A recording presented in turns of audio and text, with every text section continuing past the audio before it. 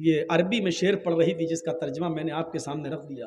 حضرت عمر نے اس مکان کا نمبر نوٹ کر لیا، ذہن میں بٹھا لیا اور پتہ لگانے لگے کہ نضر ابن حارث کون ہے۔ یہ عورت نضر ابن حارث کو کیوں یاد کر رہی تھی؟ جب نضر ابن حارث کو بلا کر حضرت عمر کے پاس لایا گیا تو کیا دیکھتے ہیں کہ وہ تو بہت نیک آدمی ہے، بہت شریف آدمی ہے، بڑے عبادت گزار ہیں۔ پوچھا امیر المومنین نے، عمر فاروق نے، اے نضر، اس جگہ پر میرا گزر ہوا، وہاں ایک عورت رہتی ہے اس نام کی، مجھے بتاؤ کہ اس نام کی عورت سے تمہارا کیا تعلق ہے؟ نضر ابن حارث نے کہا اللہ کی قسم نہ تو میں نے اس عورت کا نام سنا ہے اور نہ ہی میں اس عورت کو جانتا ہوں کہ وہ کون ہے۔ وہ مجھے کیسے جانتی، مجھے نہیں معلوم۔ جب انہوں نے قسم کھا کر یقین دلایا تو حضرت عمر نے ان کو چھوڑ دیا، لیکن حضرت عمر کو بڑا تعجب ہوا کہ نضر ابن حارث نے کہ اندر اس عورت نے کیا دیکھ لیا ہے جو ان کو یاد کر رہی تھی۔ ایک طرفہ آگ لگی ہوئی تھی محبت کی اور کہہ رہی تھی کہ اگر مجھے عمر کا ڈر نہ ہوتا تو نضر ابن حارث کو میں اپنی چارپائی پر بلاتی اور آج میں اس کے ساتھ زنا کرتی، میں اس کے ساتھ مکالہ کرتی۔ اب حضرت عمر نے اس عورت کو بلوایا۔ جب وہ عورت آئی تو اس سے پوچھا، اے عورت، نضر ابن حارث کون ہے؟ پہلے تو وہ آناکانی کرنے لگی، کون نظر، میں نہیں جانتی۔ حضرت عمر نے اپنے خادم سے کہا کوڑا نکالو، یہ ایسے جواب نہیں دے گی۔ جب حضرت عمر فاروق نے کوڑے کو لہرایا تو کہنے لگی بتا رہی ہوں۔ کوڑا دیکھتے ہی کہنے لگی بتا رہی ہوں۔ پھر اس نے بتایا کہ نضر ابن حارث مجھے نہیں جانتا، لیکن میں نضر ابن حارث کو اچھی طرح جانتی ہوں اور میرا دل اس کے اوپر آمادہ ہے۔ میرا شوہر کئی سالوں سے گیا ہوا ہے، ابھی تک لوٹ کر نہیں آیا ہے۔ تو کہا یہ بتاؤ نضر ابن حارث تو تمہیں جانتے ہی نہیں ہے، پھر کیا بات ہے؟ تمہیں نظر کے اندر کیا چیز اچھی لگی؟ کون سی چیز ہے نظر کی جس نے تمہارے دل میں نظر کے لیے جگہ بنا لی؟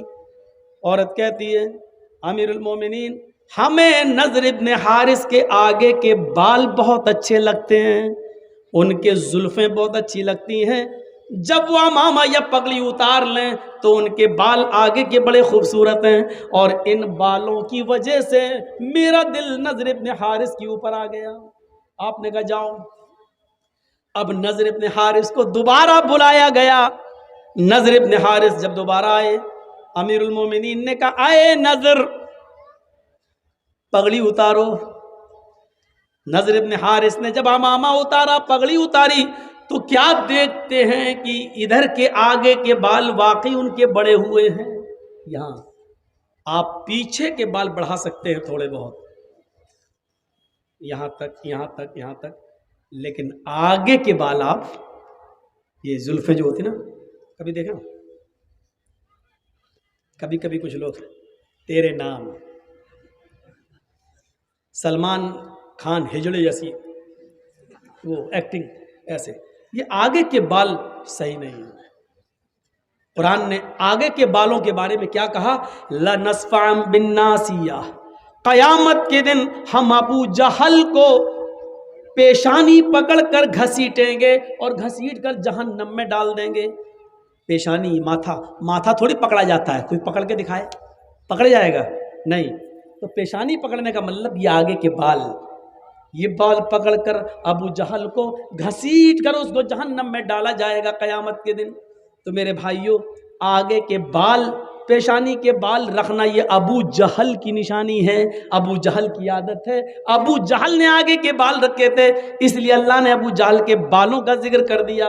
ہم اس کو آگے کے بال پکڑ کر، پیشانی کے بال پکڑ کر اس کو گھسیٹتے ہوئے جہنم میں ڈال دیں گے۔